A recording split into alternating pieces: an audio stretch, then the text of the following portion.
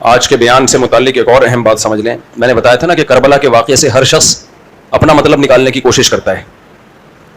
کچھ لوگوں نے اس کو صحابہ کے بغض نکالنے کی کوشش کی ہے اس پہ, جیسے میں نے بتایا اعتراض کرتے ہیں کہ باقی سارے صحابہ کہاں تھے.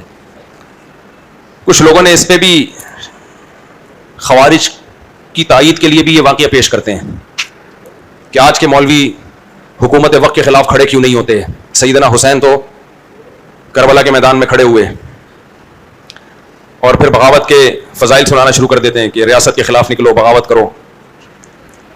سیدنا حسین رضی اللہ تعالی عنہ بغاوت کے لیے نہیں نکلے تھے. بغاوت کا مطلب مسلح لڑائی, صرف اور صرف تفتیش احوال کے لیے آپ کا سفر تھا, عراق کا تفتیش احوال کے لیے, بغاوت کے لیے نہیں تھا. اس کی سب سے بڑی دلیل یہ کہ کوئی بھی شخص جو لڑائی کے لیے نکلے وہ خواتین اور بچوں کے ساتھ کبھی بھی ٹریول نہیں کرتا, جبکہ کربلا میں سیدنا حسین رضی اللہ تعالیٰ عنہ کے ساتھ پاک دامن اہل بیت کی باپردہ مستورات اور بچے بھی موجود تھے. اسی وجہ سے ہم کہتے ہیں کہ سیدنا حسین کا قتل انتہائی مظلومانہ تھا. اس کی مظلومیت اس وجہ سے بڑھ گئی ہے کہ آپ کی نیت لڑائی کی نہیں تھی, بغاوت کی نہیں تھی. تو اس لیے آج ملک میں بہت سے لوگ دھماکے کر رہے ہیں, بہت سے لوگ اسٹیٹ کے باغی بنے ہوئے ہیں اور لیبل لگاتے ہیں کہ حضرت حسین نے بھی تو یہ سب کچھ کیا تھا. حضرت حسین نے یہ سب کچھ نہیں کیا تھا جو آپ کر رہے ہیں. ملک میں بدامنی پھیلانا, اسٹیٹ کے خلاف دھماکہ, ہاں احتجاج کرنے کا حق سب کو ہے. اسٹیٹ کے خلاف اگر اسٹیٹ کوئی ظلم کر رہی ہے, کس نے منع کیا احتجاج کرنے سے؟ اور یہ لوگ احتجاج بھی نہیں کرتے.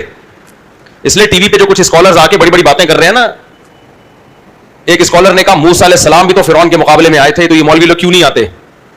موسیٰ علیہ السلام فرعون کے محل میں جا کے فرعون کو نصیحت کی تھی آپ نے, تلوار لے کے نہیں گئے تھے فرعون کے دربار میں سر قلم کرنے کے لیے اور دھماکے کرنے کے لیے. تو علماء تو یہ کام بھی کر رہے ہوتے ہیں, حکمرانوں سے ملتے ہیں, ان کو سمجھا بھی رہے ہوتے ہیں, اور یہ لوگ وہ کام بھی نہیں کر رہے جو حضرت موسیٰ نے کیا تھا, اور پیکج وہ دے رہے ہیں جو حضرت موسیٰ نے نہیں کیا. امت کو پیکج وہ دے رہے ہیں جو موسیٰ علیہ السلام نے کیا ہی نہیں ہے, اور کام اتنا بھی نہیں کر رہے جتنا موسیٰ علیہ السلام نے کیا تھا. کبھی ان ٹی وی والے اسکالر سے پوچھو کہ کبھی کسی ایک حاکم, وزیر اعظم, صدر, آرمی چیف کسی کے پاس گئے ہو اسے سمجھانے کے لیے؟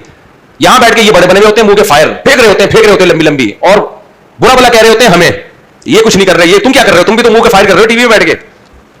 اس کو جہاد تھوڑی کہتے ہیں جو تم کر رہے ہو. آج کل میرے خلاف ایک پورا ایک جو ہے نا گروپ سرگرم ہوا ہے, اور وہ گروپ میرے بیانات نکال کے, جس میں یہ کہہ رہا ہوں کہ حاکم ظالم ہو یا عادل ہو, ہر صورت میں آپ نے اس کی اطاعت کرنی ہے, آپ اس کے خلاف خروج نہیں کر سکتے. اس میں حدیثیں بھی پیش کر رہا ہوں, کسی کے پاس حدیث کا جواب نہیں ہے, بس بزدلی کے تانے کہ یہ بزدل ہو گئے ہیں. بھائی ہم بزدل نہیں ہو گئے, ہم اسٹیٹ کو بچانا چاہتے ہیں. حاکم کی اصلاح میں ایسا کام کرنا جس سے اسٹیٹ کے ٹکڑے ہو جائیں, بے گناہ لوگ قتل ہونا شروع ہو جائیں, یہ حرام ہے, ناجائز ہے. میں نے نہیں حرام قرار دیا, پیغمبر صلی اللہ علیہ وسلم نے اس عمل کو حرام قرار دیا ہے. تبھی صحابہ, تابعین, تبع تابعین نے حاکم ظالم ہو یا عادل ہو سب کو برداشت کیا ہے, سب کو برداشت کیا ہے. اور حاکم کی ڈیفینیشن کیا ہے؟ یہ کہتے ہیں یہ حاکم تھوڑی, ہم ان کو حاکم ہی نہیں مانتے جو آج کل حاکم چل رہے ہیں. آپ کے ماننے نہ ماننے سے حاکم متعین نہیں ہوتا. حاکم کی ڈیفینیشن یہ قوت نافذہ ہو, پاور ہو اس کے پاس, وہ اپنے آرڈر کو بذریعہ طاقت منوا سکتا ہو, از کالڈ حاکم. چاہے وہ میرا سلیکٹڈ ہو یا سلیکٹڈ نہ ہو, جائز طریقے سے آیا ہو یا ناجائز طریقے سے آیا ہو. اس پہ یقیناً بحث ہوگی کہ ناجائز طریقے سے آنا غلط ہے, نہیں آنے دیا جائے گا. آ گیا تو اب کیا ہوگا؟ اب اطاعت کی جائے گی. یہ میں نہیں کہہ رہا, یہ قرآن و سنت کہہ رہا ہے, حدیثیں کہہ رہی ہیں. آپ پڑھ لو جا کے حدیثیں. العقیدۃ الطحاویہ عقیدے کی کتاب ہے, امام طحاوی نے رحمہ اللہ نے لکھی ہے, پوری دنیا مانتی ہے اس کو, اہل سنت والجماعت کے عقائد ہیں, اور لکھی بھی آج سے 1200-1300 سال پہلے. اس وقت معاذ اللہ حکومتی غلام تھے. انہوں نے لکھا کہ ہم ائمہ کے خلاف, جو بھی حاکم ہے اس کے خلاف خروج کو حرام سمجھتے ہیں, چاہے وہ عادل ہو چاہے وہ ظالم ہو. یہ اس کا پرسنل معاملہ ہے. حدیث میں آتا ہے وَإِن ضَرَبُوا ظَهْرَكَ, اگر حاکم تمہاری پشت پہ کوڑے مارے تو بھی اس کے خلاف خروج کی تمہیں اجازت نہیں. خروج کا مطلب کیا ہوتا ہے؟ مسلح, تلوار سے بغاوت, بموں سے بغاوت, یہ اجازت نہیں ہے تمہیں. اس کا مطلب یہ لوگ یہ لیتے ہیں مفتی صاحب ہمیں بزدل بنا رہے ہیں. آپ بھی منہ کے فائر سے ہی بہادر بنا رہے ہو, خالی بزدل تو آپ بنا رہے ہو. ہم نے کب کہا کہ اس کے خلاف احتجاج نہیں کر سکتے, اپنی استطاعت کے بغیر اس کو سیدھا کرنے کی کوشش نہیں کر سکتے؟ یہ ہم نے کب کہا؟ ہم کہہ رہے ہیں تلوار مت اٹھاؤ اسٹیٹ, کیونکہ حاکم اچھے برے آتے جاتے رہتے ہیں. لیکن جب آپ حکومت کے خلاف بموں سے, تلواروں سے, کلاشن کوفوں سے خروج کرو گے, نتیجہ یہ نہیں ہوگا کہ اچھا حاکم آ جائے گا, نتیجہ نکلے گا آپ کی اسٹیٹ ٹکڑوں میں تقسیم, اور بین الاقوامی طاقتیں اس کو ترنے والا بنا لیں گی. یہ آپ کے قبضے میں نہیں آئے گا. یہ ایسا پھل ہے درخت پہ چڑھ کے جس کو آپ توڑ تو رہے ہو, لیکن نیچے بالٹی کسی اور نے رکھی ہوئی ہے. یہ ٹوٹ کے آپ کی جھولی میں نہیں, یہ کس کی جھولی میں گرے گا؟ یہ غیروں کی جھولی میں گرے گا یہ. تو یہ پیغمبر صلی اللہ علیہ وسلم کی حدیث ہے. چاہے سعودی عرب کی حکومت ہو, بادشاہت ہے, اس کے خلاف تلوار اٹھانا ہم جائز نہیں سمجھتے. اور یہ جو ہمیں درباری سرکاری کہہ رہے ہیں نا, کہتے ہیں ناجائز حکومتوں کو سپورٹ کرتے ہیں. تم کیا کر رہے ہو؟ تم بھی تو ٹی وی میں بیٹھ کے منہ کے سے فائر کر کے یونیورسٹیوں کے طلبا کا دماغ خراب کر رہے ہو, ملک سے نفرت پیدا کر رہے ہو. اس کے علاوہ تم کر کیا رہے ہو؟ تم کون سا خروج کر رہے ہو؟ نہیں آئی سمجھ بات. یہ خروج ہے ٹی وی میں بیٹھ کے دھیان دینا, سوائے اس کے کہ ینگسٹر کا ذہن خراب کرنا, ملک سے محبت کے بجائے نفرت پیدا کرنا, اس کے علاوہ کچھ بھی حاصل نہیں ہے اس بحث کا. تو جو اسلامی ملک رہ گئے ہیں, خدا کے لیے ایک خلیفہ پہ جمع کرنے کے لیے اس لیبل سے ان کو تباہ مت کرو. جتنے خلیفے ہیں مارکیٹ میں اتنے رہنے دو, جتنے بچے ہوئے ہیں نا کنٹری, ان کو بچاؤ. ایک صاحب نے میرے خلاف بیان ریکارڈ کروایا, میں نے کہا حدیث میں آتا ہے, صحیح حدیث ہے مسلم کی, کہ جب مسلمانوں کا کوئی حاکم بن جائے تو اس کے خلاف جو بھی کھڑا ہو قتل کر دو اس کو, کائن من کان, جیسا مرضی ہو. کیا مطلب؟ پہلے والا برا اور نیا جو کھڑا ہو رہا ہے نا وہ نیکی کیوں نہ ہو, تو اس نئے کو کیا کر دو؟ قتل کر دو. کیونکہ ایک پر جب آ گئے ہیں, یہاں کھڑے ہونے سے مراد الیکشن میں کھڑے ہونا مراد نہیں ہے, تلوار لے کے جو اس کے خلاف بغاوت پہ آ رہا ہے, تو باغی کو کیا کر دو؟ قتل کر دو. یہ میرے الفاظ نہیں ہے, سید الانبیاء کے الفاظ ہیں.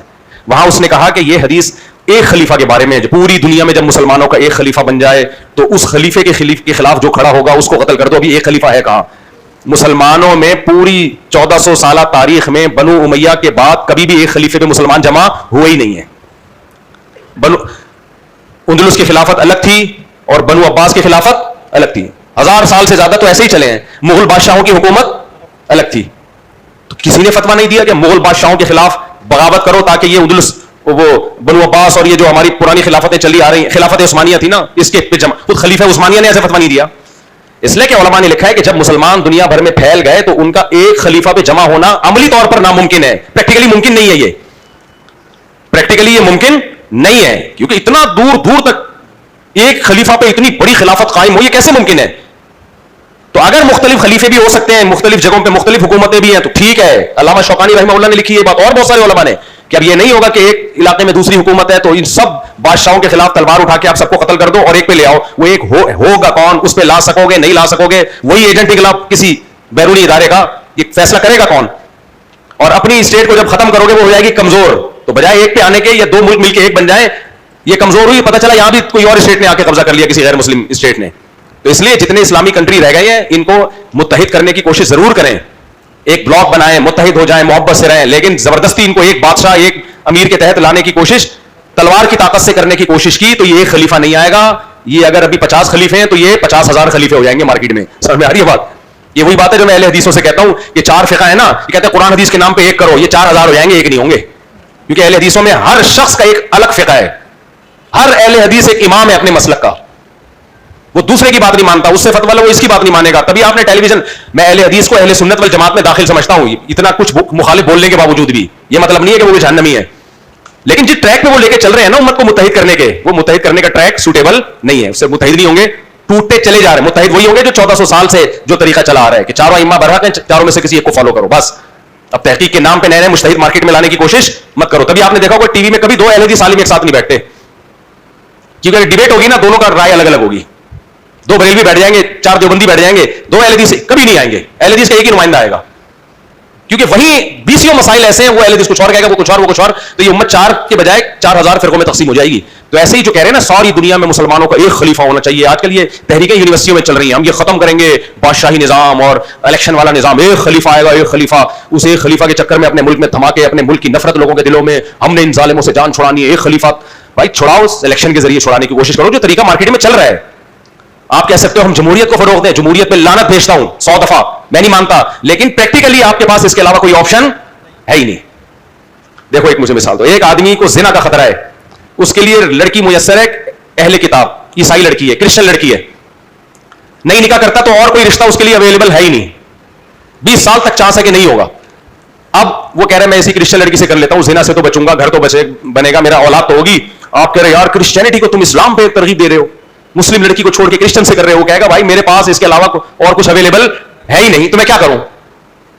میں ترجیح تھوڑی دے رہا ہوں اسلام پہ کسی کرسچن کو, میرے پاس اس کے علاوہ کوئی آپشن ہے ہی نہیں. تو شریعت کہتی ہے some thing is better than nothing. آپ کے ملک میں آپ کے پاس جمہوری طرز کے علاوہ کسی کو سلیکشن کرنے کا آپشن ہے ہی نہیں. جب نہیں ہے تو پھر یہ بحث کہ جمہوریت کفر ہے یا فلانا ہے ڈمکانا, یہ بیکار کی باتیں ہیں, ٹائم ویسٹنگ اور کچھ بھی نہیں ہے. آپ اس نظام کو تبدیل نہیں کر سکتے, آپ کے پاس ہے کیا؟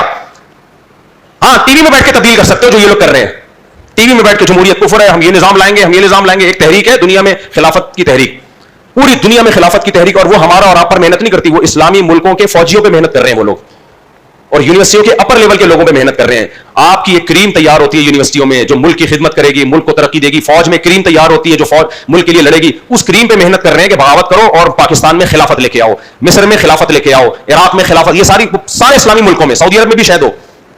آپ کو پتا ہے اس خلافت کی تحریک کا مرکز کہاں ہے؟ برطانیہ میں. جو ہماری خلافت کا گلا گھوٹنے والا تھا. ان نوجوانوں سے میں کہتا ہوں خدا کے بندو تم غلط استعمال ہو رہے ہو. کہتے ہیں نہیں قرآن میں خلافت کا نہیں ہے, ہمیں حکم نہیں ہے خلیفہ ہونا چاہیے. تو میں جواب میں کہتا ہوں کہ تمہاری ہم جو قرآن میں یہ بھی تو ہے جو بس میں ہے وہ کرو,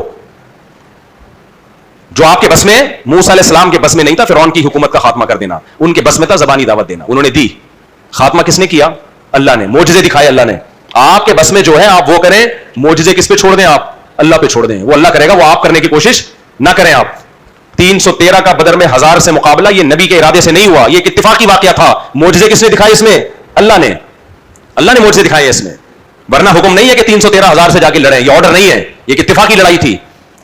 تو اب یونیورسٹیوں میں اور آج کل ایسے سوشل میڈیا پہ اسکالرز آ رہے ہیں, ہمیں بھی درباری یہ سرکاری بول رہے ہیں کہ بغاوت کے خلاف ہیں یہ لوگ, خروج کے خلاف ہیں یہ لوگ, اور بزدل ہیں. تم سب سے بڑے بزدل ہو, اس لیے تم صرف کلپ بناتے ہو بیٹھ کے, اور تھیلا بھی کچھ نہیں کرتے. تم نکلو باہر, کچھ کرو تاکہ تمہیں اٹھائے اور تمہاری چمڑی ادھیڑے, جس طرح تمہارے ماننے والوں کی چمڑیاں ادھیڑتے ہیں وہ لوگ جن کو تم بیوقوف بناتے ہو. ان کی خود کی چمڑی کبھی نہیں ادھڑتی.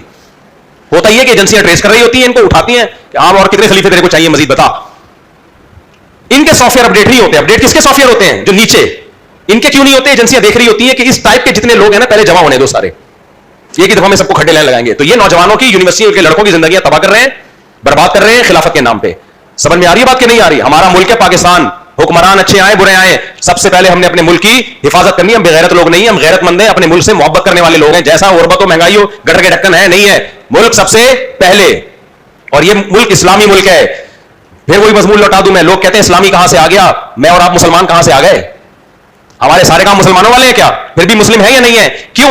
ہم نے کلمہ پڑھ کے التزام کیا ہے, اللہ سے وعدہ کیا ہے اللہ کوئی کام تیری مرضی کے خلاف نہیں کریں گے, یہ وعدہ کیا ہے. پھر اگر کر رہے ہیں تو گناہگار ہیں, مسلم ہیں گناہگار ہیں. پاکستان نے بھی کلمہ پڑھ کے التزام کیا ہے کہ اس ملک میں اسلام کے خلاف کوئی قانون نہیں بنے گا. بن رہا ہے تو گناہگار ہو رہا ہے مسلم. امریکہ میں 100% اسلامی قانون بن جائے پھر بھی وہ مسلم اسٹیٹ نہیں ہے, اس لیے کہ اس نے یہ التزام ہی نہیں کیا کہ ہم اسلام پر عمل کریں گے. اتفاق سے 100 قانون پر ایک غیر مسلم سارے 5 نمازیں پڑھے, تہجد پڑھے, رمضان کے روزے رکھے, مسلم نہیں بن جاتا, کیونکہ التزام تھوڑی کیا ہے, اپنے اوپر لاگو تھوڑی کیا اس نے.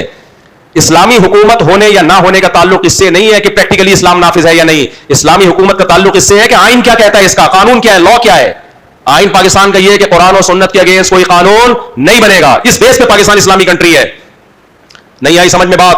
تو اس لیے یہ سارے فضول قسم کے لوگ تمہیں پاکستان کے خلاف لے کے جا رہے ہیں, اس اور لیبل اسلام کا, قرآن و سنت کا, خلیفے کا لگا رہے ہیں. ان کے پاس کم وقتوں کے پاس کوئی خلیفہ اویلیبل نہیں ہے جس کو یہ لا کے بٹھا دے ہمارا باپ بنا کے. یہ صرف لاشیں گرائیں گے, دھماکے کریں گے, اور جو ان کی بات نہیں مانے گا اس کو بھی قتل کریں گے. جیسے شیخ ادریس رحمۃ اللہ علیہ کو قتل کیا, انہوں نے پاکستان کی محبت میں بات کی, اڑا دیا ان کو. اس وقت خدا کی قسم بہادر وہ نہیں ہے جو ملک کے خلاف بول رہا ہے, ایسے بہت ہیں. بہادر وہ ہے جو ملک کے فیور میں بول رہا ہے. سمجھ میں آ رہی ہے بات کہ نہیں آ رہی ہے؟ یہ ملک حکمرانوں کا یا فوج کا نہیں ہے, یہ میرا اور آپ کا ملک ہے. فوج میں اچھے بھی آئیں گے برے بھی آئیں گے, لیکن جہاں ملک کے دفاع کی بات ہوگی میں نے اور آپ نے فوج کا ساتھ دینا ہے. لڑائی میں الیکشن کی بات نہیں کر رہا, سسٹم کی بات نہیں کر رہا.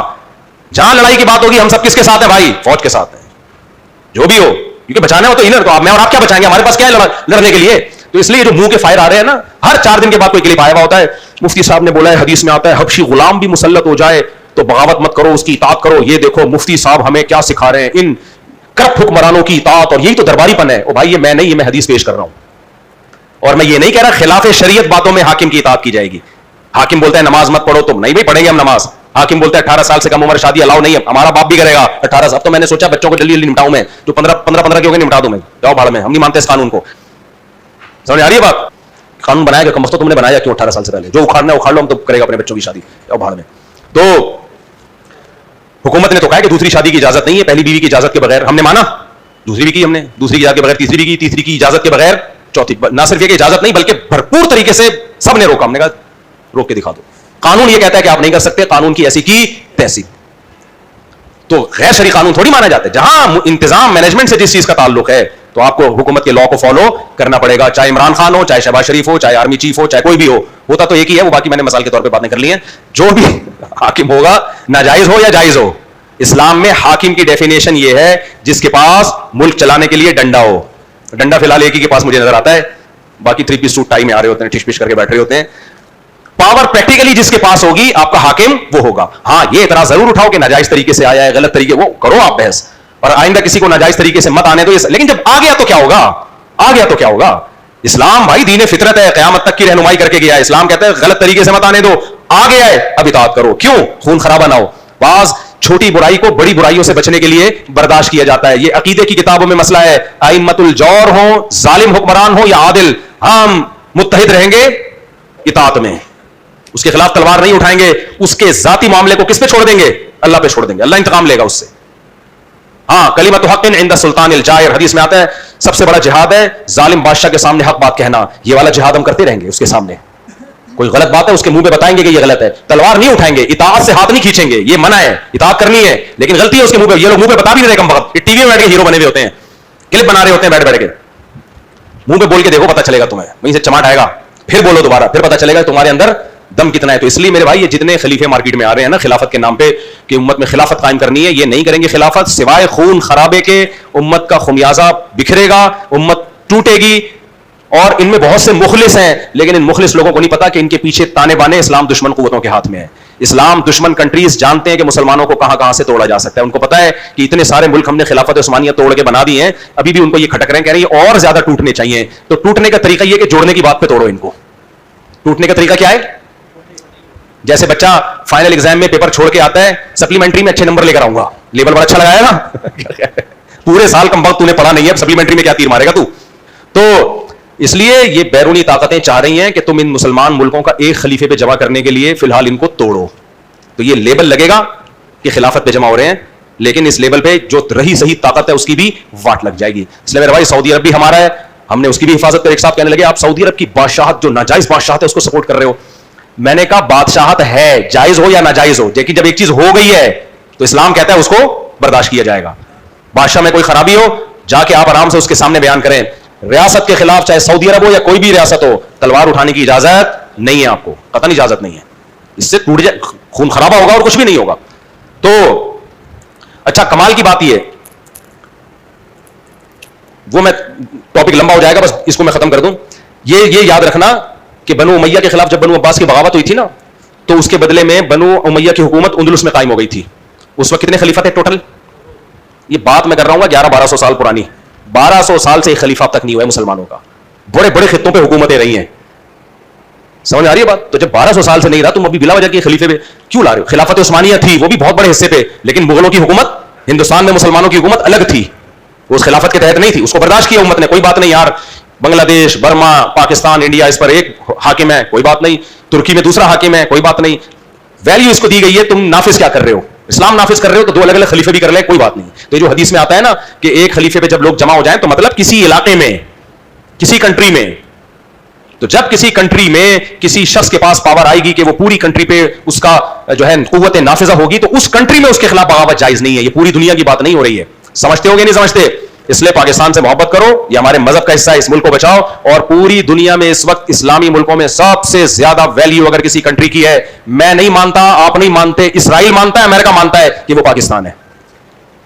وہ کون سا ہے؟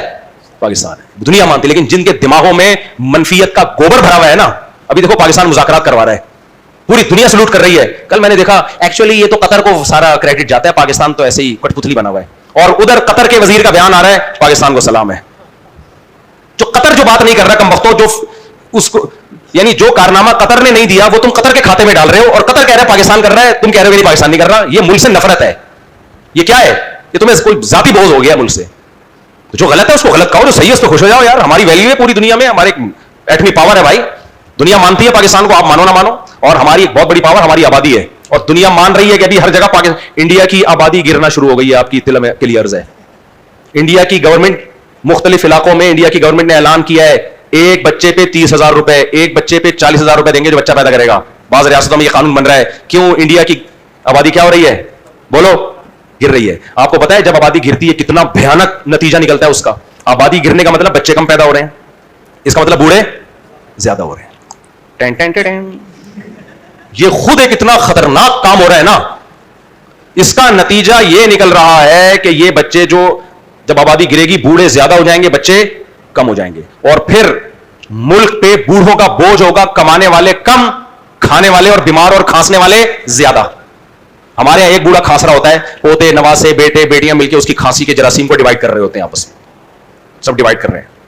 کیا خیال ہے؟ ایک کے ذمہ دادا کی کھانسی کا شربت ہے, ایک کے ذمہ پیناڈول ہے, ایک کے ذمہ ان کو ہاسپٹل لے کے جانا ہے. کیا خیال ہے؟ ایک کے ذمہ پیناڈول کے پیسے, ایک کے ذمہ حکیم. دادا لوگ ساری دوائیں کھا رہے ہوتے ہیں, ہومیوپیتھک بھی, حکیمی بھی, ایلوپیتھک بھی. میں نے دیکھا نانے دادے ان کے بکسے بھرے ہوئے ہوتے ہیں, ہر طرح کی دوائیں اویلیبل ہوتی ہیں. حکیمی دوا ایک پوتا لے کر آ گیا اور داماد نے ہومیوپیتھک دوا کا انتظام کر دیا انجیکشن لگوانے کا. ڈیوائڈ ہو جاتا ہے نا. ان کے یہاں کیا ڈیوائڈ ہوگا؟ ایک عدد دادا ہے, اس کا ایک پوتا اور ایک بمشکل نواسا. وہ بھی اس وقت پیدا ہوا جب دادا 90 سال کا ہو چکا تھا, کھانسنے کے علاوہ کوئی کام رہا ہی نہیں تھا. پروگرام تو بڑھ گیا میرے بھائی, بڑھ گیا پروگرام, بڑھ گیا. اب انڈیا پریشان ہو رہا ہے. بی بی سی کی رپورٹ ہے کہ انڈیا کی آبادی گرنا شروع ہو گئی ہے. اچھا نیچے انڈیا سے لکھا ہوا ویل ڈن, بہترین, ہمیں نہیں اتنی آبادی چاہیے. بیٹا تو بڈھا ہو جا پھر تجھے پتا چلے گا تجھے چاہیے کہ نہیں چاہیے, تجھے چاہیے کہ نہیں. جب بڈھا تو ہونے دے تو. بڑھاپے میں نہ پیسے کی انسان کسی کوئی ویلیو رہتی ہے. بڑھاپے میں صرف اس کو کمپنی چاہیے بچوں کی, وہ تمہارے پاس نہیں ہے. جرمنی میں میرا ایک دوست ہے, میرا ایک شاگرد ہے, کہتا ہے میں جرمنی میں میرا ارادہ تھا موو کر جاؤں, وہاں پڑھنے کے لیے گیا, بہت اچھا کنٹری ہے. کہہ رہا ہے ایک منظر میں نے اپنی آنکھوں سے دیکھا, اس کے بعد میں نے کہا اپنی فیملی کو لے کے یہاں کبھی بھی نہیں آؤں گا. فیملی کو لے کے یہاں. میرا شاگرد ہے, ابھی بحریہ ٹاؤن میں شفٹ ہو گیا. میں نے کہا کیا منظر دیکھا؟ کہہ رہا ہے میں نے ایک پڑھی لکھی بڑھیا دیکھی, ایجوکیٹڈ. یقیناً سارے پڑھے لکھے ہوتے ہیں, ہمارے جیسے جاہل تھوڑی ہوتے ہیں وہاں مولوی. لوگ مجھے کہہ رہے تھے کہ اس کے اتنے بچے ہیں, مولوی بنائے گا سب بچوں کو, اور کیا بنائے گا. کاش سارے بچے مولوی بن جائیں یار, ہماری تو تمنا ہے. اللہ کرے سارے مولوی بن جائیں, سبحان اللہ. یہ تو ہمارے لیے فخر کی بات ہے یار, ہمیں تو ڈر لگ رہا ہے پتہ نہیں کون کیا کیا بنے گا. خیر, تو وہ کہہ رہے ہیں میں نے وہاں جرمنی میں ایک ایجوکیٹڈ بڑھیا کو دیکھا. ساری ایجوکیٹڈ ہی ہوتی ہیں, اپنے دور کی کوئی بڑی رہی ہوں گی. وہ بڑھیا کی واکر میں ایک بچی, پوتی نواسی ہوگی, گرینڈ ڈاٹر. کہہ رہے ہیں میں نے وہاں, میں نے بھی دیکھا, یہ صرف اس نے نہیں دیکھا, بڑھیوں کے پاس کوئی کمپنی دینے کے لیے نہیں بیٹھا ہوتا. وہاں بڑھیاں ہوتی ہیں بال کٹا کے نا, چھوٹے چھوٹے اتنے اتنے بال, جیسے محمد جمشید کے بال دیکھیں کبھی آپ نے, کیونکہ بال بنانے والا کوئی نہیں ہوتا. ہمارے ہاں تو سارا دن پوتیاں, نواسیاں, بہویں, دادیوں کے سر میں جوئیں تلاش کر رہی ہوتی ہیں بیٹھ کے. غیبتیں سننے کے لیے الگ بچے ہوتے ہیں, کیا خیال ہے, فساد کے لیے الگ ہوتے ہیں. یہ سب دادی کو ہر قسم کا مال مارکیٹ میں اویلیبل ہوتا ہے. لاڑ پیار کے لیے الگ بچے ہوتے ہیں. اب کہتا ہے کہ میں وہاں, ویسی ان ملکوں میں نا بوڑھی عورت کتے کے ساتھ ہی ہوتی ہے اور کوئی لفٹ نہیں کراتا ان کو. اولاد والا سب ٹاٹا بائے بائے, اولاد ہوتی نہیں ہے, وہ ایک آدھ ہوتی ہے وہ بھی ٹاٹا بائے بائے. انتہائی زہریلا بڑھاپا, خطرناک کا لفظ ہلکا ہے, زہریلا بڑھاپا ہے ان لوگوں کا. آپ کسی بوڑھی کے ساتھ بیٹھ جائیں, 2 منٹ بات کریں, باغ باغ ہو جاتی ہے وہ, مجھے کسی نے لفٹ کرائی. تو کہتا ہے میں نے ایک بڑھیا کو دیکھا کہ پوتی کو لے کے واکر میں پارک میں ٹہل رہی ہے, مجھے بڑا اچھا لگا, چلو کسی بڑھیا کی گود میں بچہ تو دیکھا. ابھی ایک انڈین سائنٹسٹ ہے یا کون ہے, اسکالر ہے, مجھے نہیں پتا, اس نے بتایا کہ باقاعدہ دماغ پہ ریسرچ ہوئی ہے کہ جو بوڑھی عورتیں, نانیاں, دادیاں کو اپنے پوتوں کو دیکھ کے ان کے دماغ میں کیا ری ایکشن ہوتا ہے. بڑا اچھا ری ایکشن ہوتا ہے, دماغ ان کا باغ باغ, دل ان کا باغ باغ ہو جاتا ہے. تو فطرت سے تھوڑی آپ لڑ سکتے ہو. کہہ رہے میں نے دیکھا واکر میں لے کے نواسی کو لے کے گھوم رہی ہے, اپنی پوتی یا نواسی کو. مجھے بڑا اچھا لگا یار, کسی بڑھیا کی گود میں کوئی بچہ نظر آیا انٹرٹینمنٹ کے لیے, اس کو انٹرٹین کرنے کے لیے. جب میں گیا ہوں تو وہ ڈال تھی, ربڑ کی گڑیا تھی, جو کسی نے اس بڑھیا کو پکڑا دی کہ تھوڑا سا تیرا ٹائم پاس ہو جائے گا. عقل مند تھے, کہتے ہیں میں نے کہا پڑھوں گا یہاں میرا بڑھاپا نہیں ہوگا, یہاں نہیں, بوڑھا ہو کے وہیں مروں گا میں پاکستان میں. سمجھ میں نہیں آ رہی بات؟ تو اس لیے میں انڈین سے کہتا ہوں, تم جو نیچے کمنٹس کر رہے تھے نا بی بی سی کی رپورٹ پہ کہ آبادی گر رہی ہے, اچھا ہے, اتنے بچوں کا کیا کرنا ہے, اچھا ہے بیٹا, جب تم تھوڑے سے ایجڈ ہو جاؤ تمہیں پتا چلے گا تم نے اپنے پاؤں پہ خود ہی کلہاڑی مار دی ہے. سمجھ میں آ رہی بات؟ پھر تم بولو گے کاش مفتی طارق مسعود کی طرح ہمارے 19.25 یا 19.5 یا 19.25, کاش ہمارے بھی اتنے ہوتے, کاش ہمارے. کھلانے والا کون ہے؟ اللہ. لوگ کہتے ہیں مولوی چندے کے, میرے کوئی چندہ بندہ نہیں کھاتا. میں نہیں کہہ رہا میں بہت نیک ہوں, لیکن میرا دامن اللہ کے فضل سے, بڑی بات نہیں کر رہا, پیسوں کے معاملے میں اللہ نے الحمدللہ بالکل 100% پاک رکھا ہے الحمدللہ. جو میرے ساتھ اٹھنے بیٹھنے والے ہیں ان کو پتا ہے میرے بارے میں, میں سب کچھ ہو سکتا ہوں, پیسوں میں کرپٹ الحمدللہ نہیں ہو سکتا. اللہ بڑے دعوے سے بچائے, اللہ آئندہ بھی حفاظت کرے. پیسوں کے معاملے میں 1 روپے میرے ذمے کسی کا نہیں ہے. لوگوں کے ذمے میرے پیسے ہو سکتے ہیں, میرے ذمے نہیں ہے. میں تو جامعہ رشید میں جب پڑھاتا تھا نا, جو مجھے ابھی بھی پڑھاتا ہوں, جو تنخواہ ملتی تھی نا, اس تنخواہ میں کچھ پیسے اس لیے جامعہ میں جمع کراتا تھا کہ میری تنخواہ میں کوئی حرام نہ شامل ہو گیا ہو.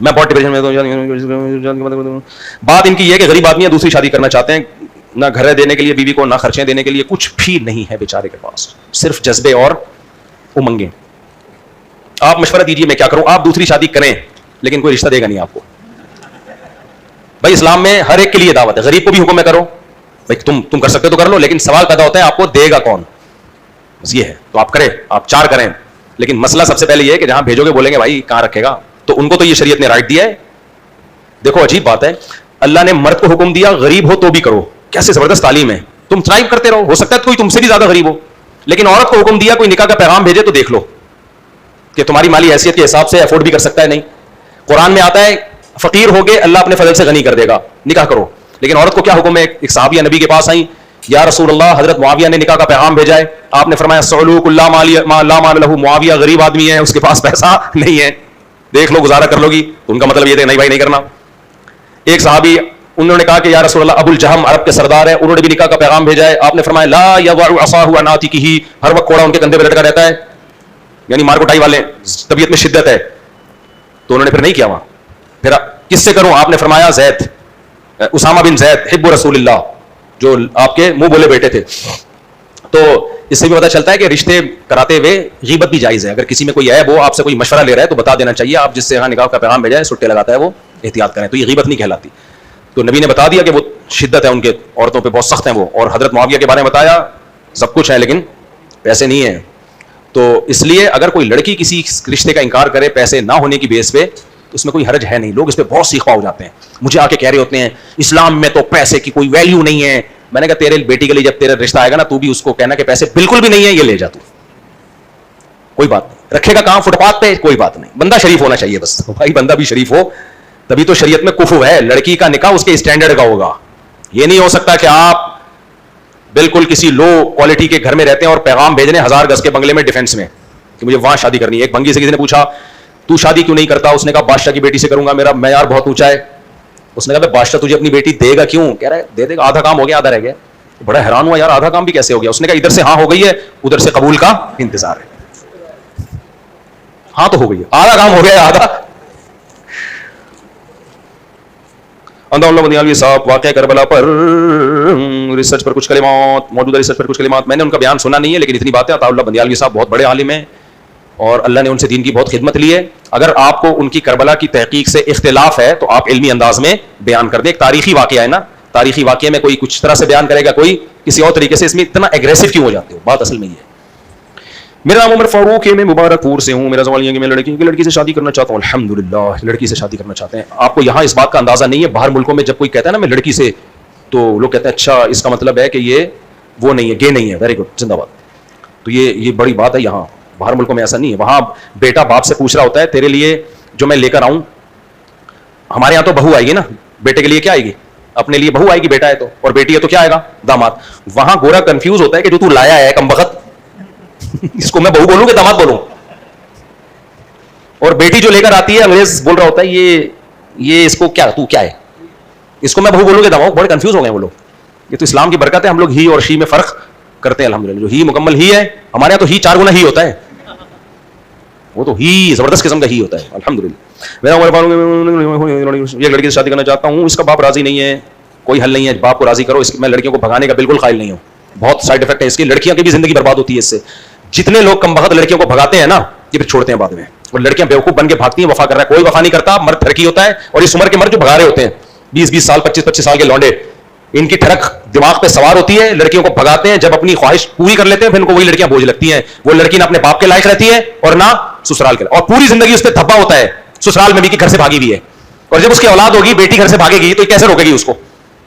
بیٹی تم گھر سے کیوں بھاگی؟ امی آپ نہیں بھاگی ہوتی تو میں پیدا ہوتی, تو میں اس لیے بھاگ رہی ہوں کہ اور بھی میری جیسی مارکیٹ میں آئے. اس کو کس بیس پہ روکو گے اپنی ہونے والی بیٹی کو؟ اس لیے یہ ٹھیک نہیں ہے. ہاں کوئی لڑکی ایجڈ ہو, طلاق یافتہ ہو, بیوہ ہو, اس پہ ظلم ہو رہا ہے, میچور ہے, پھر وہ کورٹ میرج کرے پھر ٹھیک ہے. لیکن وہ بھی بھاگے نہیں, جا کے کہاں عدالت کا سہارا لے. وہ 9 عمر لڑکیاں 20 سال کی 22 سال کی لڑکیاں امیچور, ان کو بھگا کے شادیاں. اور یہ میں آج سے نہیں کہہ رہا, میں 20 سال سے کہہ رہا ہوں یہ بات. لوگ کہتے ہیں کچھ چیزیں ان کے سامنے آئی ہیں تجربے سے سیکھے. بھائی ہم 20 سال سے یہی بات کر رہے ہیں, لڑکیوں کو بھگانا ٹھیک نہیں ہے. اور لڑکیوں کے ماں باپ کو چاہیے بھاگنے سے پہلے خود ہی انسان کے بچوں کی طرح شادی کر دو اس کی.